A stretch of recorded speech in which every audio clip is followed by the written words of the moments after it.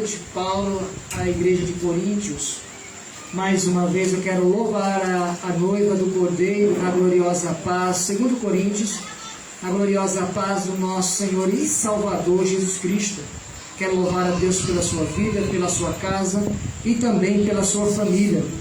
Também louvar a Deus pelos nossos internautas, nossos irmãos do coração, a nossa igreja que está sendo abençoada por Deus.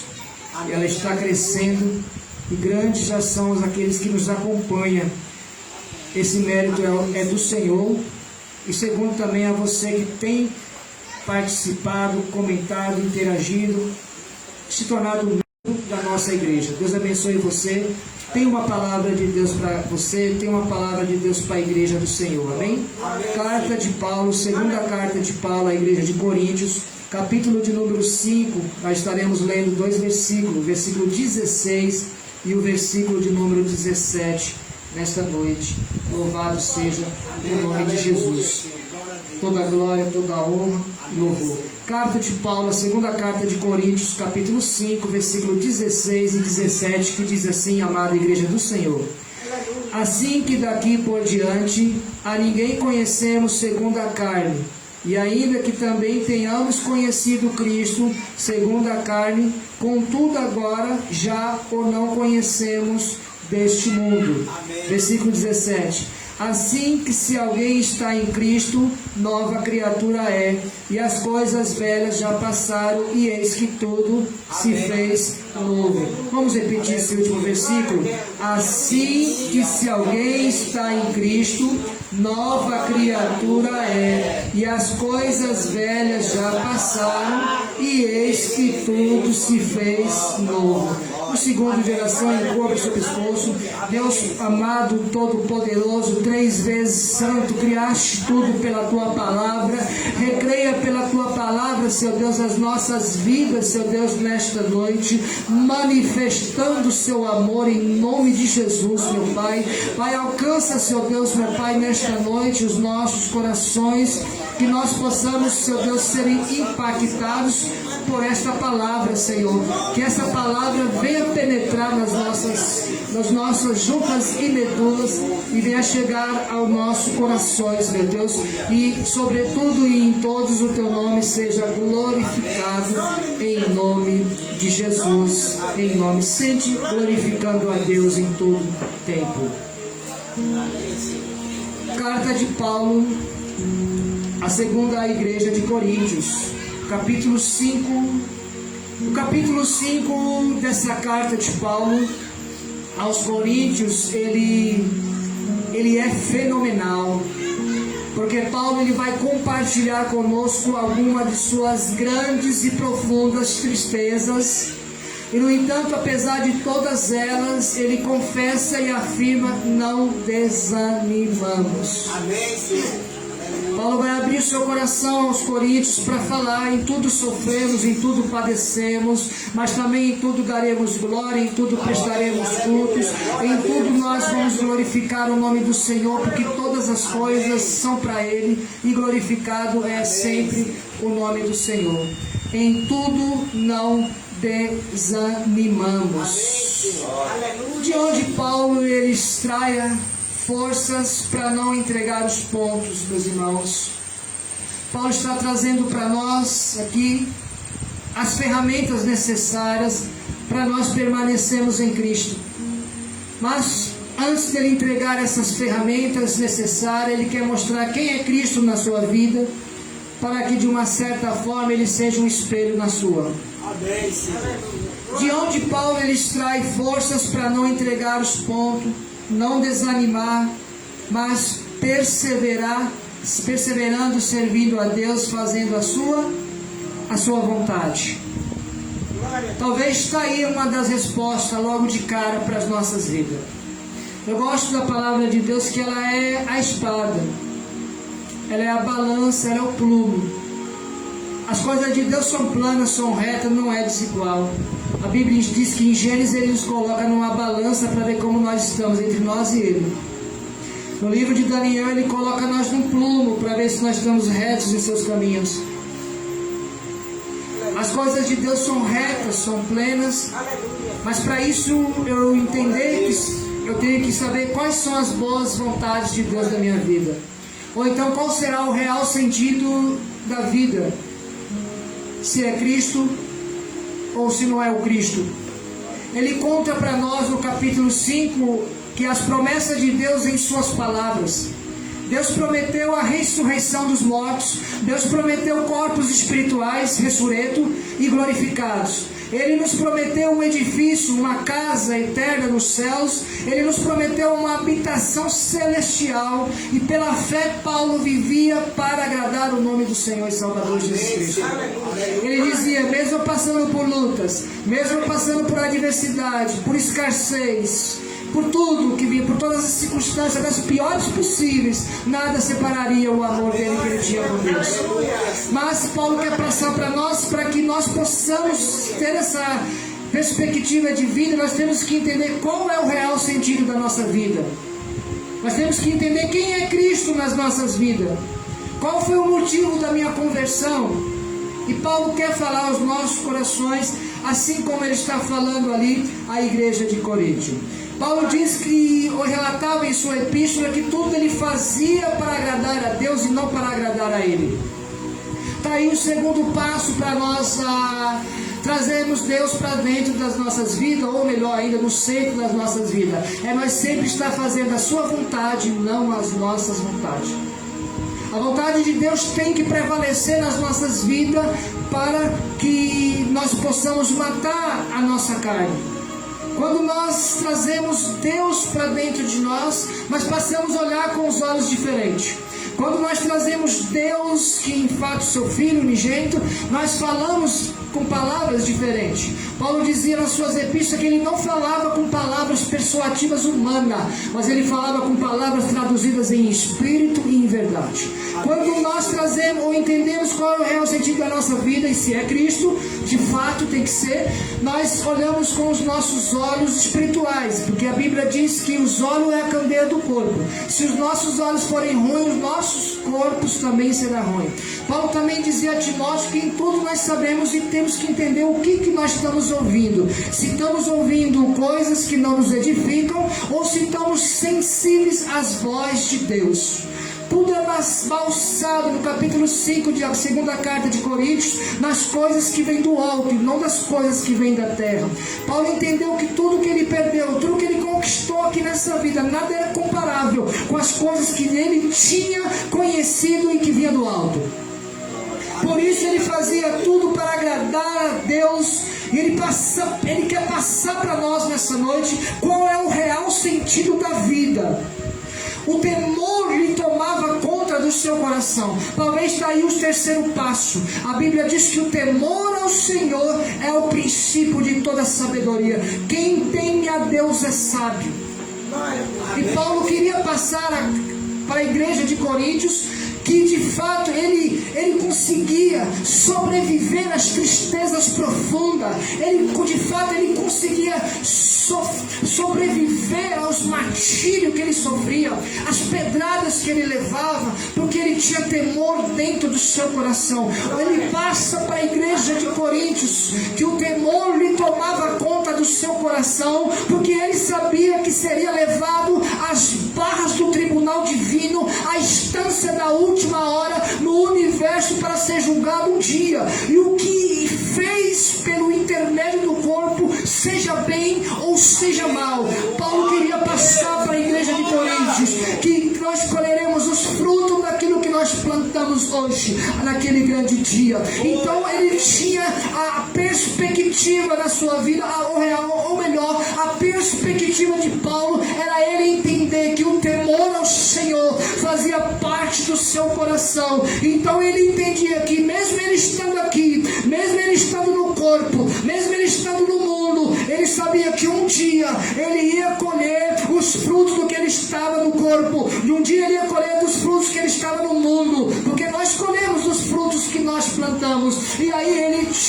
ele passa para a igreja de Coríntios e para nós nessa noite, que um dia ele está diante daquele que pode levar a nossa alma para os céus, ou diante daquele que pode levar a nossa alma para o inferno. E Paulo estava transmitindo que de fato nós temos que ter tremor para que que o temor possa gerar dentro dos nossos corações. Paulo pensava nisso. Paulo sonhava com isso. Paulo acordava pela manhã e a primeira vista era a eternidade gravada nos seus olhos. Paulo sabia que um dia ele ia prestar conta de tudo que ele faz. Paulo sabia, ele passava para os coríntios, que de fato nós podemos fazer tudo, mas um dia vamos prestar conta de tudo que nós fazemos. Paulo pensava nisso, vivia isso, e o seu coração enchia cada vez mais de temor. Se nós queremos ser cheios de temor, nós temos que passar a ver dessa maneira como Paulo. Os nossos olhos têm que estar olhados para aquilo que é espiritual. Nós temos que entender se nós queremos ser cheios de temor. E Paulo passava isso. E por isso que ele afirmava que a sua força motivadora da sua vida era o extraordinário de Deus, que é o seu amor original. Amém, Senhor. E Deus prova isso no livro de João, capítulo 3, versículo 16, que Deus enviou seu Filho unigênito, para que todo aquele que nele crê não pereça, mas tenha a vida eterna. Eu tenho que entender que aquelas lágrimas que Jesus derramou no Getsemane, eu tenho que entender que quando Jesus disse ao Pai: Pai, se possível for, afaste de mim este cálice, mas Pai, eu quero também dizer que todavia, seja feita a tua vontade e não a minha. A mesma vontade que Paulo estava falando aos coríntios, que tinha que ser a vontade de Deus, para que Deus ressuscitasse a cada dia na sua vida.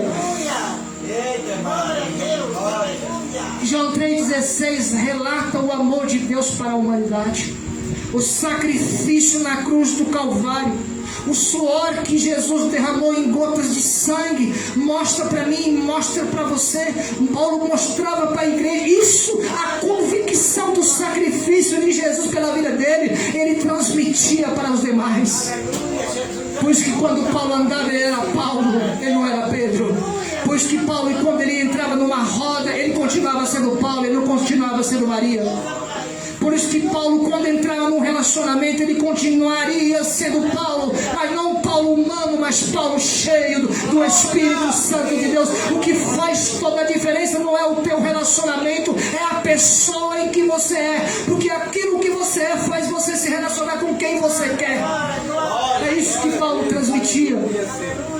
Paulo falava: eu não falo com palavras de humana, eu falo com palavras de Espírito. A minha pregação não é palavra de homem, é palavra motivadora pelo Espírito. Por isso que João capítulo 6 narra quando Jesus estava pregando o Evangelho, esse mesmo Evangelho que eu estou pregando aqui, e a Bíblia diz que uma multidão olha para ele e fala: tu és louco, tu és louco, e virava as costas e ia embora.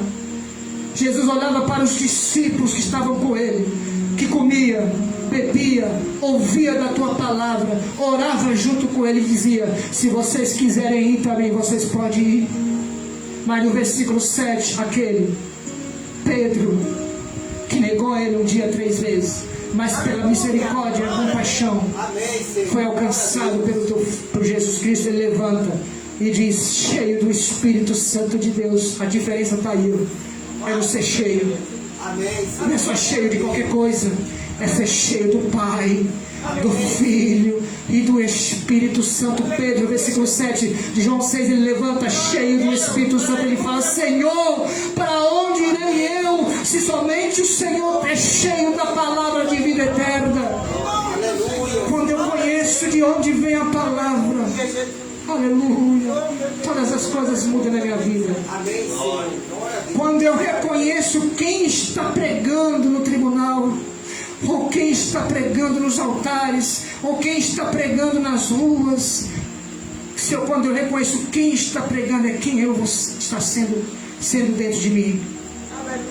Essa é a manifestação da palavra de Deus. Ele dizia: o amor de Cristo me constrange, o amor de Cristo me oprime, o amor de Cristo me fecha. O amor de Cristo faz toda a diferença, porque Ele coloca-nos no centro da vontade de Deus. Quando nós entendemos o que é esse amor e o porquê esse amor veio, muitas vezes nós temos que recalcular as nossas rótulas e voltar e ver aonde nós caímos, ou quando caímos perdemos alguma coisa, para que possamos voltar ao primeiro amor. Porque no primeiro amor tudo é bom, tudo é novo, tudo é maravilhoso. Mas no decorrer da caminhada nós começamos a perder igual Terá. A Bíblia diz que Deus falou Terá é Canaã. Canaã simbolicamente é os céus. E Terá falou, não, eu vou parar em Harã. Na metade do caminho Terá para, porque ele viu coisas que aprazível eram aos seus olhos, ao seu coração. E Deus estava falando, Terá é Canaã. Terá não estava sozinho, estava com toda a sua família. Toda a sua família. Muitas vezes nós deixamos de trilhar os caminhos que nos levam a Canaã, para parar nos caminhos a qual nos leva para outros lugares. E Paulo lhe dizia, o que me constrange, o que me motiva, tudo que eu faço, tudo que eu sou, é por causa desse amor. Amém, Senhor. Glória a Deus. Glória a Deus. Aleluia. Paulo está deixando claro aqui, que a razão do seu existir é Cristo. Aleluia. Aleluia. Mas não só de boca para fora. Glória a Deus. De alma. De alma. Ó, algo de dentro aqui, ó. O que fazia a diferença é que as palavras que saíam de Paulo era algo que vinha daqui, ó. De dentro. Aleluia. Glória a Deus. Glória a Deus. Paulo dizia, não vivo eu, mas Cristo vive em mim. Aleluia. Aleluia. Glória a Deus. Que convicção. Louvado é o seu nome. É uma convicção muito forte você dizer, eu não vivo mais eu. Porque para eu dizer isso eu tenho que matar as minhas vontades. Para eu dizer isso eu tenho que matar as minhas faculdades. Aquela que envolve a minha mente, aquela que envolve as minhas emoções, aquela que envolve a minha vontade. Tem que ser regenerado. Cristo tem que regenerar, porque de fato, via de regra, nós já nascemos com elas. Mas no decorrer, quando nós entendemos ou aceitamos o Senhor como único Salvador para as nossas vidas e confessamos do íntimo do nosso coração e cremos que o Deus Pai o ressuscitou dos mortos e ao terceiro dia Ele ressuscitou, as minhas faculdades têm que ser regeneradas. Paulo dizia aqui, a prova disso aqui, ó, evidência. Eu não vivo mais eu, mas é Ele que vive em mim. Paulo está deixando claro que antes da conversão, o homem vive para si, ele faz para si, mesmo fazendo o seu próprio Deus, o próprio alvo da sua vida, mas aquilo que proporciona prazer, mas aquilo que proporciona felicidade é o sentido da sua vida. Ele vive para si. A função de si, tudo que ele faz é para si, ele faz, ele vê, tudo que vira em torno dele é para ele se torna o seu próprio Deus. O homem que vive para si, ele se torna o seu próprio Deus. Por isso que o idolátrio já está dentro de nós. Porque muitas vezes nós achamos que idolatria é cultivar imagem de esculturas. Idolatria é tudo aquilo que rouba o lugar de Deus dentro dos nossos corações. E muitas vezes nós somos idólatras de nós mesmos, cultuamos a nós mesmos. Isso tudo que pode chegar, isso que é o nosso si. Ele está trazendo isso para nós, o próprio Deus. Aí ele diz que quando uma pessoa se encontra com Jesus, agora é para dar glória. Você entendeu o nível dessa mensagem? Que quando uma pessoa se encontra com Jesus, ele não vive mais ele passa a viver aquele que morreu e ressuscitou. Eu não sei se você entendeu. Quando você entende quem morreu por você, quando você entende quem ressuscitou por você, quando você entende quem é você, você passa a viver aquele que tudo pode. Glória a Deus, glória a Deus. Eu sinto a presença de Deus na casa. Aleluia, aleluia, aleluia. Senhor.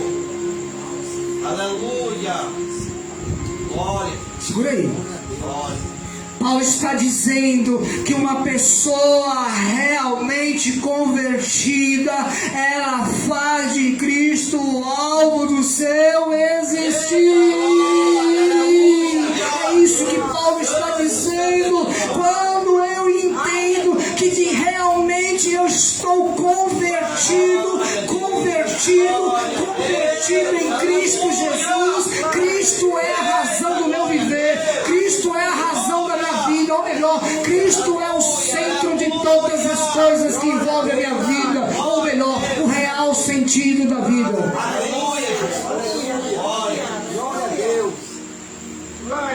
Jesus morreu, Jesus ressuscitou, a pregação de Paulo era essa.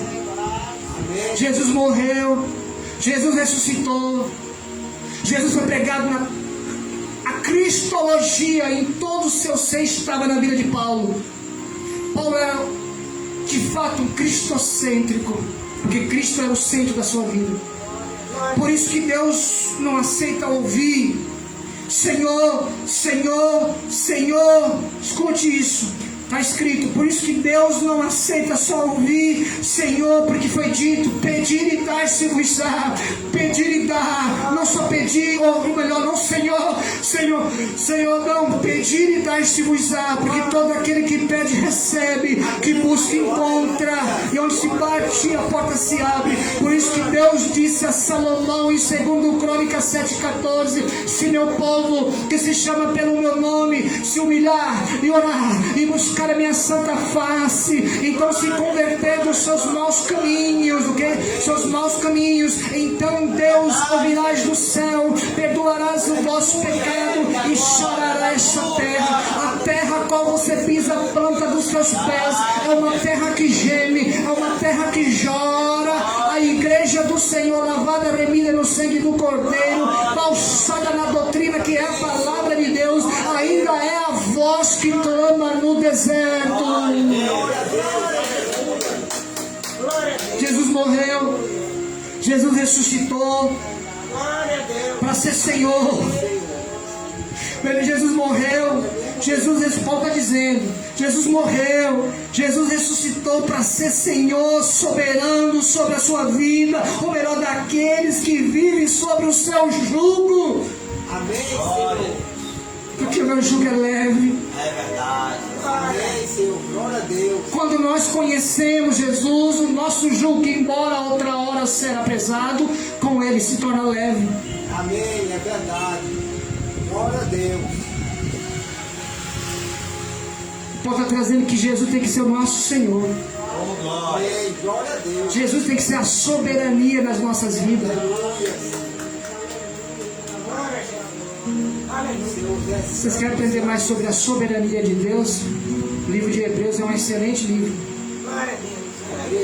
Paulo está trazendo, se Jesus morreu de fato na sua vida, Jesus morreu para ressuscitar você. Se você aceitou o Senhor como único Salvador, você não pode ser mais você, mas Ele tem que ser o Senhor na sua vida, sobre a vida de todos. Por isso que Deus não aceita só apenas ouvir, mas Senhor, Senhor, Senhor, mas viver uma vida de desobediência, fazendo com o que Ele reprova e deixando o que Ele ordena. É isso que Paulo está dizendo. Você quer fazer o que Deus reprova, e deixando cada vez de lado aquilo que Ele ordena. Paulo está deixando para nós, Paulo está deixando para os coríntios, que a verdadeira conversão, além de trocar, de substituir a nós mesmos como alvo da vida em razão de viver por Jesus Cristo, esse encontro que nós tenhamos com o nosso Salvador produz resultados em nós, ou melhor, produz mudanças em nós. É isso que Paulo está dizendo. Glória a Deus. Seja louvado o seu nome, Senhor. Aí ele diz no versículo 16 que você tomou leitura: daqui por diante não reconhecemos ninguém segundo os padrões humanos. Só aí já era para acabar. Glória. Amém, Senhor. Vou repetir que você não entendeu. Versículo 16. Daqui por diante, da minha conversão, Aleluia, glória a Deus. não reconhecemos ninguém segundo os padrões humanos, padrões deste mundo. Verdade. Amém, Senhor. Quais são os padrões humanos? Quais são os critérios humanos que Paulo está dizendo? Tudo aquilo que faz a nossa vontade, não a vontade de Deus. Glória a Deus, Senhor. Tudo aquilo que nós priorizamos, que de fato não é Deus. 1 Samuel traz algo parecido com os padrões que Paulo está dizendo. 1 Samuel capítulo 16, versículo 1 ao 13. Quando Deus mandou Samuel ungir os filhos de Jessé para reinar sobre Israel, Samuel adotou os padrões e os critérios humanos. Quando ele viu homem bonito, homem alto, homem forte, e ele disse: esse, mas não era. Era um rapaz franzino, era alguém que não era considerado nada. Está entendendo a lógica de Deus como é que é? O problema é que nós não entendemos ainda qual é a lógica de Deus. Queremos viver a nossa lógica. Paulo está trazendo ao Coríntios. Samuel relata para nós: se um carro grande, um carro bem grande, portadão, parar aqui e saiu um casal todo bem vestido, você vai olhar, qual que é a sua primeira vista? Aquele casal é alguém importante. É isso que Paulo está trazendo. A Bíblia diz: bem-aventurados que choram. O mundo diz o quê? São os que estão rindo. A Bíblia diz: felizes são os pobres. O mundo diz o quê? São os ricos. Eu vou repetir de novo. A Bíblia diz: bem-aventurados são aqueles que choram. E o mundo vai dizer o quê? O mundo vai dizer: são os que estão rindo. Bem-aventurados, felizes são os pobres de espírito. O mundo diz: são os ricos. Os padrões de Deus são diferentes. A Bíblia diz que João Batista era grande aos olhos de Deus, mas aos olhos do mundo ele era louco. Mas o mundo não entende que para os loucos Deus escolhe as coisas loucas desse mundo para confundir a sábia. Deus levanta o fraco para derrubar o forte. Os critérios de Deus são diferentes dos critérios do mundo. Aleluia. É isso que Paulo estava trazendo aos Coríntios. Paulo dizia que o que para mim era lucro, agora eu considero prejuízo. Está entendendo, meu mistério? Quando você conheceu a verdadeira graça, quando você conheceu a verdadeira graça e você está usufruindo dessa graça, porque então tem que entender que essa graça nós somos imerecedor dela. Amém, Senhor. E é uma dádiva de Deus para a minha vida. Quando eu entendo isso, quando eu vejo isso, Paulo dizia: o que para mim era lucro quando eu estava no mundo, o que para mim era lucro quando eu curtia meus relacionamentos, minhas palavras, atitudes, meu caráter, quando eu estava, era tudo que aquilo que dizia para mim era lucro. Depois que eu me entreguei a minha vida para Jesus, depois que eu reconheci Jesus como o único salvador da minha vida, eu passei a entender que tudo aquilo que eu vivia era prejuízo para minha vida. Glória a Deus, aleluia, Senhor. Paulo dizia: o que para mim era lucro, eu considero prejuízo, porque antes eu era cego, agora eu vejo. Glória, aleluia, verdade, Senhor, aleluia, oh glória. Sabe por que o Paulo fala dessa experiência com Cristo? Porque lá atrás, no caminho de Atos dos Apóstolos, capítulo 9, quando ele era Saulo, ele teve um encontro com Jesus, um resplendor de luz.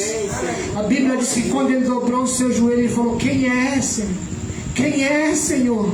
Antes quem perseguia, antes quem matava, antes quem maldizia, antes quem fazia tudo que era contrário à vontade de Deus, quando teve de fato o verdadeiro encontro com seu único Salvador, ele dobra seu joelho no chão e as primeiras palavras que ele diz do encontro com a luz, a diferença aqui é o encontro com a luz faz toda a diferença.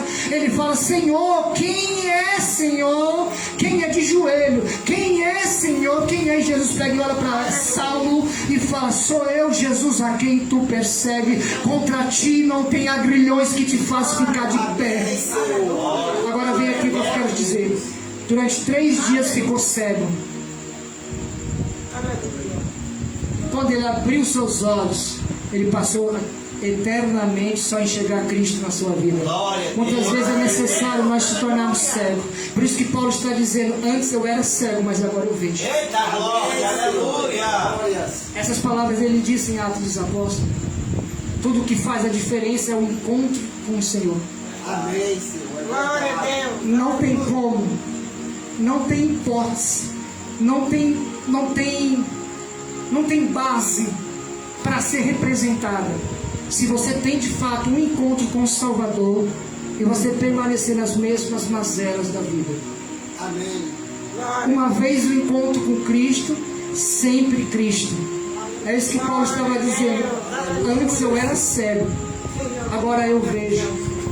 Aí no versículo 17, olha o que ele vai dizer. Paulo vai dizer: assim que se alguém está em Cristo, assim que se alguém está em Cristo, nova criatura é, e as coisas velhas já passaram. Aleluia. Glória a Deus. Eis que tudo se faz novo. Agora eu que tenho que trazer isso aí para mim. É uma afirmação, é fato, é real. Então eu falo a palavra transformação, vem do quê? De algo que é está sendo regenerado. Está ocorrendo ali uma transformação. Quando uma lagartixa quebra o seu rabo para poder se livrar dos seus opressores, o rabo passa a crescer de novo. Ali é um processo de renovação, regeneração, transformação. É isso que ele está dizendo. Assim que se alguém está em Cristo, nova criatura é. Se você fumar, você não fuma mais. Se você bebia, você não bebe mais. Se você maldizia, você não maldiz mais. Se você tinha hábitos que era contrário à lei de Deus, você hoje não tem mais. E o mais acabou. Não é superficial. Não é raso. Relacionamento com Cristo, está falando. Não é superficial. Não é raso. Não é em cima do muro. Ou é, ou não é. Pode ser uma coisa e ser outra? Não. Pode da mesma fonte de água sair 2 tipos de água? Não. Ou vai sair doce, ou sai amargo. Não vai sair 2 tipos. As coisas de Deus é diferenciado, irmãos. Se você quer ser diferenciado, João 8,2, Jesus disse: eu sou a luz deste mundo. Todo aquele que estiver em mim, que estiver nele, não andará em trevas. Não andará. Está escrito: não andará é o quê? É uma afirmação. Se eu ando em trevas, porque algo de errado está acontecendo. Aí eu preciso ver. Se eu estou andando em trevas, se eu estou tropeçando, se eu estou caindo, se eu estou maldizendo, se eu estou toda hora. A Bíblia diz: ande com sábio e será sábio, ande com tolo e será tolo. Então eu mesmo faço uma análise de mim e vejo como eu estou. É necessário fazer essa análise. Aí Paulo dizia: assim, se alguém está em mim, se alguém está em Cristo, nova criatura é. É novo. Não tem como ser novo. Não tem como a minha vida. Porque ele está dizendo, cara, se você está em Cristo, nova criatura você é. Tudo que você era, todas as práticas ficou para trás, irmãos. E o verbo aqui, ficou para o passado, é algo que ficou, que não volta mais. Não volta mais. Se está voltando, é porque eu estou trazendo para dentro de. Assim, se alguém está em Cristo, nova criatura é. E as coisas velhas já passaram, e eis que tudo se fez novo. Quem quer a vida renovada nessa noite? Eu quero a minha vida renovada. renovada. Nós queremos a vida renovada. Aí, estar em Cristo é você estar inserido nele. Amém, Senhor. Essa que Paulo está dizendo. Ele está usando o verbo inserir. Eu estou nele. Ele está em mim. Entendeu? Não é top, não. Estar em Cristo é ser regenerado pelo seu Espírito. É Ele. Paulo está dizendo, ó, se tudo que é velho já passou, eis que tudo se faz novo. Está em Cristo, eu estar inserido nele. Está em Cristo é eu ser regenerado pelo Espírito Santo. Por quê? A Bíblia diz o quê? Nós nem sabemos orar como convém. Tem pessoas que não sabem orar. Isso é fato. Por isso que Jesus lá atrás ensinou a orar. Quem conhece a oração de Jesus? Jesus ensinou de uma maneira bem sábia, né? Então a Bíblia diz que nós não sabemos orar, nós não sabemos nem pedir a Deus. Paulo cita nas suas epístolas: miserável é o homem que eu sou. Ele sendo Paulo, ele sendo apóstolo, ele tendo 9 dons espirituais, ele se via como miserável. Ele não se via como tal. Quando nessa vida nós queremos se ver como tal, nunca vamos ver Cristo na nossa vida. Porque Cristo veio não para ser o tal, veio para fazer a diferença. Ele veio como cordeiro. Cordeiro, ó. Cordeiro, para tirar o pecado do mundo. Amém, Senhor, verdade. Então, aí diz assim: nós sabemos orar como convém, mas o Espírito Santo de Deus intercede por nós com gemidos inexprimíveis. O Espírito Santo de Deus convence o homem do pecado, do juízo e da justiça de Deus. Porque eu não posso só orar para o pecado. Tem que entender que de fato o pecado gera morte, mas o dom gratuito de Deus me traz vida eterna. Então, convence o homem do pecado, do juízo que o pecado de Deus me dá, e a justiça dele, que é séria. Aleluia. Assim é o Espírito Santo nas nossas vidas. Por isso que nós temos que buscar a presença do Espírito Santo. O que faz nós enquadrar nessa passagem do capítulo 5 de 2 Coríntios é o Espírito Santo, irmão. E não é difícil. Amém. Nós dissemos no culto passado, né, de sexta-feira, que os dons estão disponíveis lá. Eu citei 9 regras para ter uma vida espiritual saudável. Pois é, só no Provérbios 3, Provérbios capítulo 3, a partir do versículo 5 até o 20 alguma coisa, citei 9 regras subtraídas dali.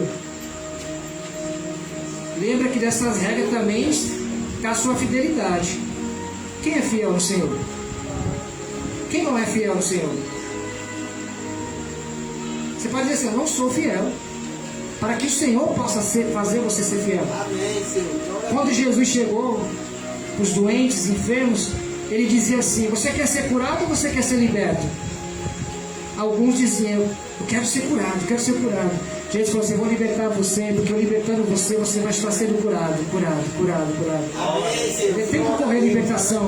Quando ocorre a libertação, nós somos fiéis nos dízimos, somos fiéis nas ofertas, melhor ainda, somos fiéis em tudo que nós fazemos para Deus. Aí está a fidelidade, porque o Espírito Santo de Deus nos ensina. Amém. Fique sobre os seus pés para nós orar. Vamos ungir as nossas mãos. Glória a Deus. Quantos podem dizer amém por essa palavra? Amém, Senhor. Glória a Deus. Quantos podem dizer aleluia por essa palavra? Glória a Deus. Glória a Deus por essa palavra. Aleluia. Quem crê que o Espírito Santo pode curar você aqui nesse momento? Aleluia. O Espírito Santo pode tocar em você e você ser curado. Amém, Senhor. Vamos orar, Senhor Deus, meu Pai, coloca nas tuas mãos agora, Senhor Deus, meu Pai, as nossas vidas, Senhor. Papai, passa sobre este lugar, Senhor Deus, meu Pai, de uma forma poderosa agora.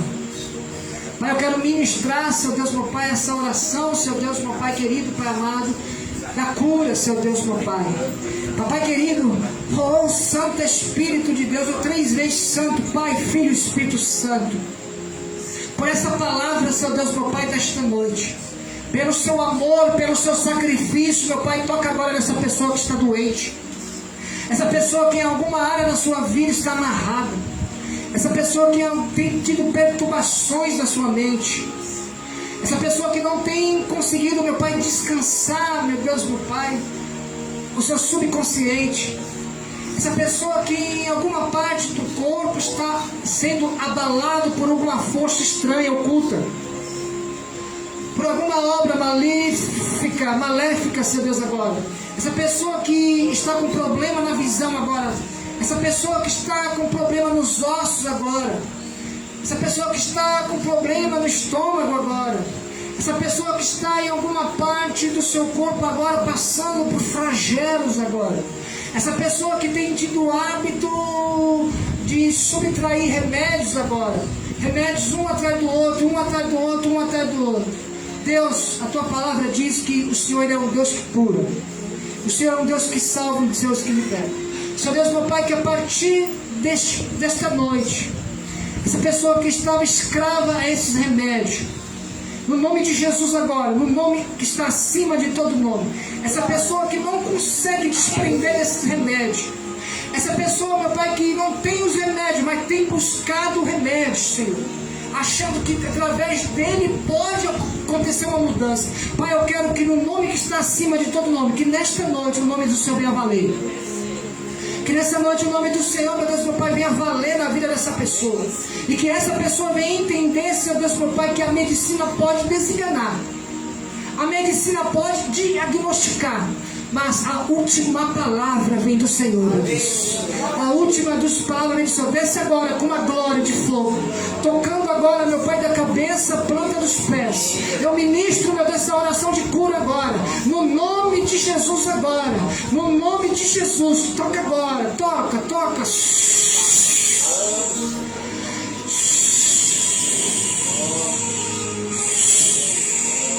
Em nome de Jesus agora. Em nome de Jesus. Diga assim: eu recebo a cura. Em nome de Jesus. Estende suas mãos com a graça e a paz e a consolação do Espírito Santo de Deus. Esteja com toda a igreja do Senhor.